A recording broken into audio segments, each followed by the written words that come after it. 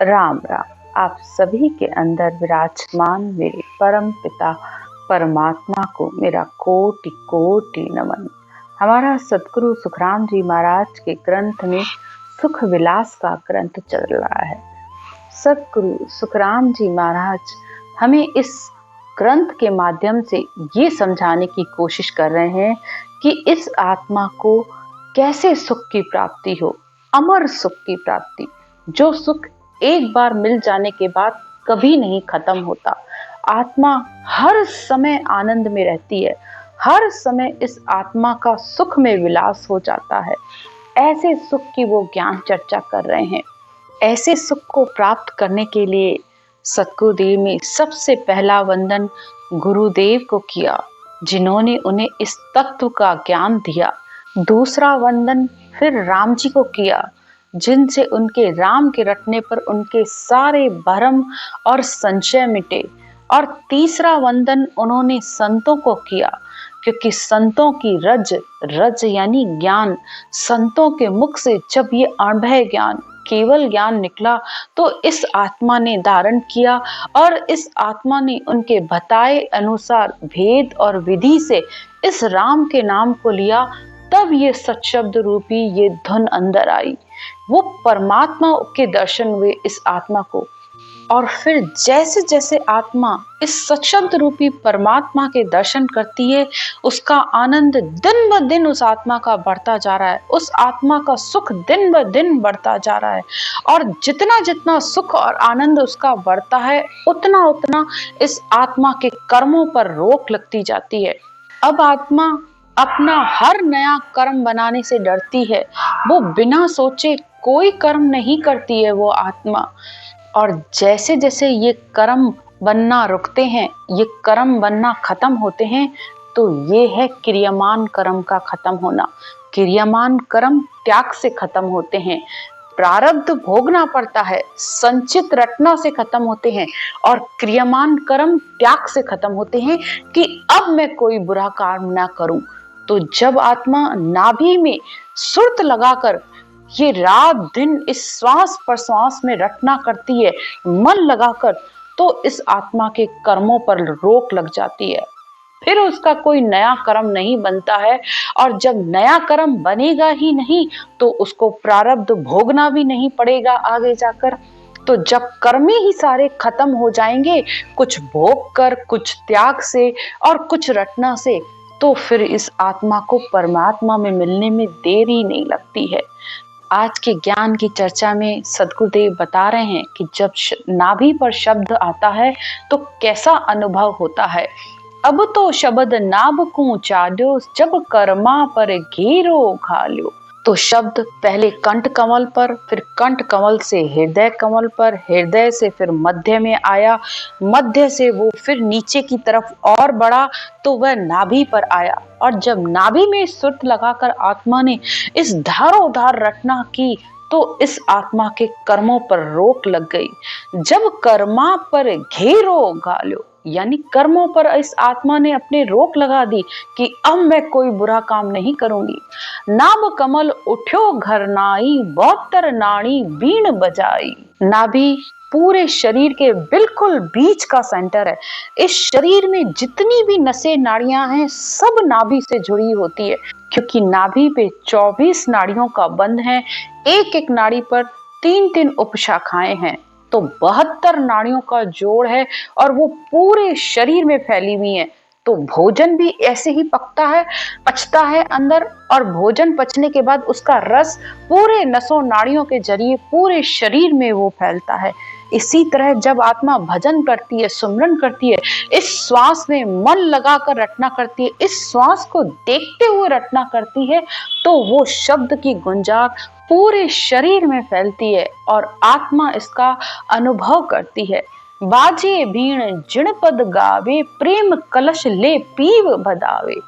जब बहुत ही प्रेम से बैठकर आत्मा सिमरन करती है, रटना करती है, तो बीण बाजे ये अंदर अनेक तरीके के नाद आत्मा सुनती है। भंवर गुंजार गिगन गुन धुन गाजे, रोम रोम में बाजा बाजे, इमृत बेल बहे जलधारा, आत्म बाग पीवे बन सारा। ये शरीर पूरा बाग की तरह होता है। जैसे बाहर माली बाग में जल देता है तो पूरा बाग हरा भरा हो जाता है, ऐसे ही ये आत्मा जब रटना करती है, रटना करना जल है और शब्द का सुनाई देना, इस शब्द का धुन का अनुभव, ये भोजन है आत्मा का। तो भोजन और जल जब दोनों चीजें मिलती हैं तो जैसे शरीर की भूख मिटती है और बाहर वन भी खिल जाता है, पूरा बाग खिला हरा भरा हो जाता है, ऐसे ही ये आत्मा भी अंदर से आनंदित होती है और इसके रोम रोम में ये धुन उठती है और आत्मा इसको सुन सुनकर आनंदित होती रहती है। बहुत ही आनंद आता है, जैसे अमृत की बेल बह रही है, यानी अमृत की तरह ये जो वर्षा हो रही है, आत्मा रात दिन उसका आनंद लेती है। हरी पाक तल पेड़ सुरुंगा, संग जर्दी सिर सेत पर संगा। इसका हरा पाक है, यानी उसकी पंखुड़ियां हैं, पेड़ सुरंग है और उसका पीला और सफेद रंग है। ये सब ज्ञान रूपी दीपक से ये बातें अनुभव करनी है। बीचे शाम भंवरता भड़के, नार नार नाड़ी सब भड़के के। अब बीच में जैसे काले भंवरे की गुंजार होती है, इस शब्द की ध्वनि आत्मा इस तरीके से अनुभव कर रही है। जैसे जैसे श्वास उश्वास में भजन करती है, ये धुन और तेज होती जाती है और ये आत्मा इसको सुनती रहती है और नाड़ नाड़ यानी नसों नसों नाड़ियों में झप झप झप पूरे शरीर में होती रहती है। जब आप ध्यान से रटना और सिमरन करते हो और अंदर का अनुभव करते हो, ध्यान से चेतन होकर जो आत्माएं सिमरन करती हैं, वो इन नसों नाड़ियों में उस शब्द को अनुभव करती हैं। कहीं भी हाथ रख दो, कहीं पैरों पे रख दो, या आप हाथों पे हाथ रखोगे या उंगली को उंगलियों से मिलाओगे तो अंदर झप झप झप होती रहती है। जैसे डॉक्टर नाड़ी देखता है तो अंदर कैसे नाड़ी को वो कैसे अनुभव करता है कि ये नाड़ी सही चल रही है। वो आप अपनी 3 उंगलियां रखिए अपनी कलाई पर तो आपको अनुभव होगा वो अंदर नस झप झप करती रहती है। ऐसे ही ये पूरे शरीर में ये धड़कन की तरह अनुभव होती है। इस नाभि पर 32 पांख का कवल है और यहाँ से एक गुप्त रास्ता फिर आगे की तरफ खुलता है, यानी शब्द अब नाभि से और नीचे की तरफ चला। ऊंची दृष्टि कमल एक दर्शे, पांख 25 वर्ण एक बरसे। नाभि के नीचे जब दृष्टि लगाकर देखा तो एक और कमल आत्मा को दिखा। 16 भंवर घेण घरणाया, 12 बरस नाभ में ध्याया। 2 एक कमल देखा ता नीचे, खटसो पांख ब्रह्मा तानी। सतगुरुदेव कहते हैं कि मैंने नाभि पर 12 बरस बैठकर ध्यान और सुमरन किया है। पूरी नाभि का उन्होंने अनुभव बताया है और ग्रंथ में बहुत जगह पर उन्होंने नाभि का अनुभव बताया है। नाभि मेन पॉइंट है और उसका अनुभव बहुत गहरा होता है। यहाँ पे बंद भी लग जाता है, जिसे जालंधरी बंद कहा जाता है। ये ऐसा बंद लगता है कि पूरी गर्दन बिल्कुल नीचे जाकर नाभि पर जाकर लग जाती है, रटना भी बंद हो जाती है। ऐसा करारा बंद होता है कि आत्मा चाहे भी तो सुमरन नहीं कर सकती है। तो उसका एक ही तरीका है, बिल्कुल चेतन होकर आंखें खोलकर रटना करो तो वो शब्द आगे की तरफ बढ़ जाता है और ये बंद खुल जाता है। और इसका अनुभव मैंने खुद किया है। कम से कम मुझे लग रहा है 6 से 7 महीने तक मैंने इसका अनुभव किया है। मतलब पता ही नहीं था कि ये जब हम सिमरन कर रहे हैं तो ये बार बार गर्दन हमारी पूरी नीचे की तरफ क्यों गिर जाती है। हमें ऐसा लगता था कि शायद हमें नींद आ जाती है और फिर आत्मा को बहुत रोना आता था कि हम तो सिमरन कर रहे हैं, कि सिमरन करते करते हमारी रटना क्यों बंद हो जाती है और हम कहाँ चले जाते हैं। तब ये नहीं पता था इसे बंद कहा जाता है। ये तो बार बार ज्ञान को पढ़ने पर, ज्ञान को सुनने पर पता चलता है कि नाभि में बंद लगता है, मेरुदंड पर बंद लगता है, त्रिकुटी में ताटक बंद लगता है। तब पता चलती है, जैसे जैसे आत्मा ज्ञान सुनती है तो उसको अपनी स्थितियों का पता चलता जाता है। फिर आगे कहते हैं, दोय कमल देखा ता नीचे, खट सो पांख ब्रह्मा ता बीचे। सदगुरुदेव कहते हैं कि नाभि के इससे और थोड़ा आगे शब्द बढ़ा तो मैंने दो और कमल देखे। एक कमल तो मूत्र स्थान है, जिसे ब्रह्मा जी का स्थान कहा जाता है, यानी पूरी सृष्टि की उत्पत्ति जहां से होती है। दूसरा उससे थोड़ा और आगे, जिसे मूलाधार कहा जाता है, गुदाद्वार कहा जाता है, जहां पर 4 पाखुड़े का कमल है और उसे गणेश का स्थान भी कहा जाता है। अब आगे कहते हैं, अब तो शब्द पिछम को जावे, बंक नाल मीठो रस खावे। उल्ट्यो शब्द पिछम दिश आया, सुरत शब्द का मेल थपाया। शब्द नाभि से नीचे आया, जहां पर ब्रह्मा जी का स्थान है, फिर गुदा घाट पे आया और फिर गुदा घाट से वो पीछे पिछम की तरफ पलटा, यानी पीठ की तरफ आया, जहां पर शेष लोक का स्थान है, जिसे कुंडली जागरण का स्थान भी कहा जाता है। अब इस शब्द ने बंकनाल का रास्ता पकड़ा और यहाँ का अनुभव बहुत ही मीठा है। शब्द उलटकर पिछम दिशा में आ गया और यहाँ पर अब सुरत और शब्द का मेल हो गया। अब शब्द आगे चलता है और सुरता उसके पीछे पीछे चलती है। गरजे गिगन धरण सोई दूजे, स्वरस माए सूर संत जूझे। सदगुरुदेव कहते हैं, अब जैसे जैसे आत्मा रटना करती है और इस शब्द का अनुभव करती है, तो धरती और गिगन दोनों धूजते हैं। धरती यानी ये शरीर और गिगन यानी ये सत्शब्द जो सिर के ऊपर हर समय ये जो धुन बज रही है, तो ऊपर भी गर्जना और इस शरीर में भी गर्जना हो रही है। और शूरवीर आत्मा होती है जो ऐसे आनंद का अनुभव करती है। शब्द पावड़ा सांध बखाणे, सूर मंडिया जाए हृदय निशाणे। 5 पकड़ पगातल दिया, जम को जीत काल को वश किया। अब शब्द आगे आगे चलता रहता है, सुरता उसके पीछे पीछे चलती रहती है। जितना जितना आत्मा इस शब्द में ध्यान रखती है, सिर्फ सिमरन करना नहीं होता है, बार बार एक ही बात समझाई जाती है कि सिर्फ राम राम राम राम सिमरन नहीं करना है। सब शब्द आने के बाद पूरा ध्यान अपना इस शब्द पे रखना है। जब आप शब्द पे ध्यान रखोगे तो रटना अपने आप चलेगी, आपको चलानी नहीं पड़ेगी, ये अपने आप चलती रहेगी। तो पूरा ध्यान इस शब्द पर रखो और इस शब्द में ही ताकत है कि ये सारे चक्रों को अब आपको आसानी से पार करा देगा।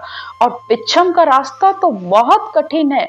जैसे आगे का रास्ता तो फिर भी सरल है कि कंठ कमल, हृदय कवर, मध्य नाभि, तो जैसे कुएं में जब खाली बाल्टी डाली जाती है तो वो आसान है। तो आगे के जो चक्र हैं ये 6, ये इसी तरीके से हैं। और कुएं से जब बाल्टी भरकर पानी निकाला जाता है तो उसमें मेहनत लगती है, उसमें ताकत लगती है।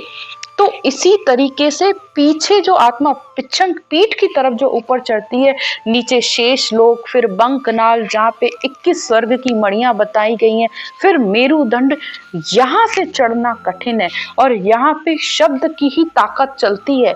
शब्द ही इन चक्रों को पार करवाता है आत्मा। तो इसीलिए बार बार बताया जाता है कि पूरी सुरता इस शब्द में रखो, पूरा ध्यान इस शब्द में रखोगे तो ये शब्द आगे आगे चलता रहेगा और सारे चक्र पार हो जाएंगे। आगे सुखदेव कहते हैं, 5 पकड़ पगातल दिया, जम को जीत काल वश किया। अब इस आत्मा ने इस जम को, इस काल को भी जीत लिया और 5 विषयों को भी जीत लिया।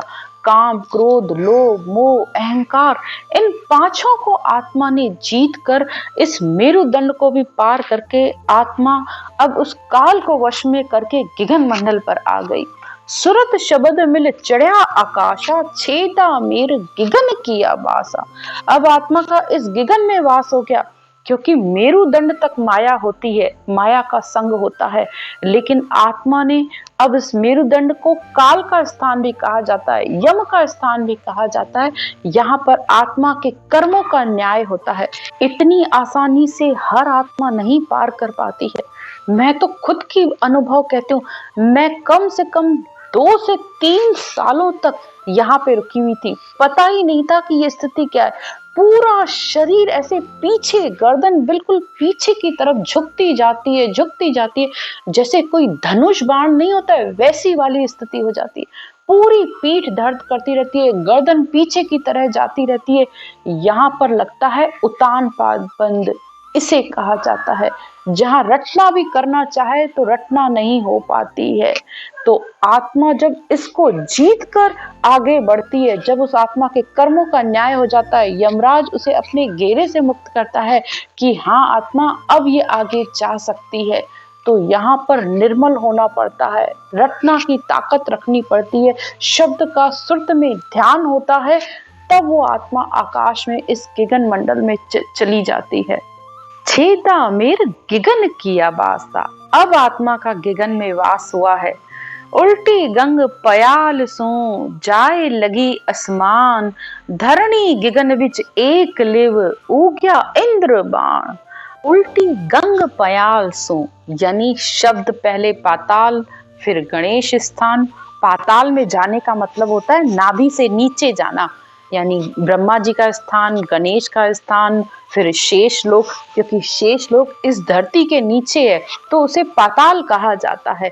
तो शब्द पहले पाताल में गया, यहाँ आकर आत्मा बहुत डर जाती है कि कहाँ गया शब्द, कहाँ गया। वो ढूंढना शुरू कर देती है और परमात्मा से विनती करती है और धारोदार लिव लगाकर जब रटना करती है, तब फिर वो पिछम की तरफ पलटी और फिर ये शब्द के साथ आकाश में चढ़ी। तो बिना लगन के, बिना लिव के जब तक रटना नहीं करती है तब तक वो ऊपर नहीं चढ़ सकती है। तो ये शब्द का अनुभव इस तरीके से है जैसे इंद्रधनुष नहीं होता है, बारिश के दिनों में या मौसम बहुत अच्छा होता है तो इंद्रधनुष के सातों रंग दिखते हैं। तो जैसे जैसे आत्मा आगे बढ़ती है उसका अनुभव इस तरीके का है, यानी बहुत आनंद आ रहा है इस आत्मा को। ररंकार की घोर सो छिक गया सुरग 21, सुरत नटनी बरता चढ़ी देख रहा जगदीश। तो इस ररंकार की धुन के साथ ही इस आत्मा ने इस 21 स्वर्गों को पार किया, यानी पीछे जो मेरुदंड है, मेरुदंड जो रीढ़ की हड्डी है, उसको 21 स्वर्ग वहां बताए जाते हैं। इस जिसे बंकनाल भी कहा जाता है, आत्मा इसको भी पार करके अब इस आत्मा को सुरत रूपी नटनी का है। जैसे डोरे पर नटनी होती है, डोरा हिलता रहता है और वो उस पर नाचती रहती है, उसे डर नहीं लगता है। इसी तरह सुरता रूपी नटनी यानी आत्मा रूपी नटनी इस शब्द का अनुभव कर रही है और इस धुन को, जो आकाश में धुन बज रही है, उसको आत्मा सुन सुनकर आनंद हो रही है। ये है उसका जगदीश को देखना। यानी अब देवता भी कहते हैं कि हे आत्मा, हे ब्रह्म की पुत्री, तू अपने परमात्मा से मिल। यहाँ आकर इस आत्मा ने अपने सशब्द शब्द ब्रह्म रूपी परमात्मा के दर्शन किए हैं और उसका अनुभव कर रही है। अब वो ब्रह्म से मिलने के लिए चल रही है। जैसे जैसे रटना कर रही है वैसे वैसे वो ब्रह्म के और करीब होती जा रही है। इससे आगे की चर्चा कल करेंगे। राम राम। सिमरन की विधि। सिमरन करने का तरीका बहुत ही सरल है। सबसे पहले आप अपनी इस श्वास को समझिए। हमारी नाभि से जब हम श्वास को ऊपर की तरफ ले जाते हैं, यानी नाभि से गहरा सांस लिया और वो नाक तक गया और फिर वापस उसे नीचे छोड़ा तो वो नाभि में गया, यानी ये श्वास अंदर गोल माला की तरह हमारे अंदर घूमता है। थोड़ा सा आप इस श्वास को देखने की कोशिश करिए। गहरा श्वास लिया, जब श्वास नाभि से लिया तो उसमें आपको राम राम बोलना है और जब छोड़ा तब भी राम राम बोलना है, वो भी कंठ और जीभ के साथ।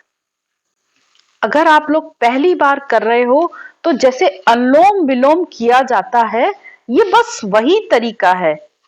श्वास को ऊपर ले जाते हुए राम राम राम राम राम राम राम राम राम राम राम राम राम राम राम राम राम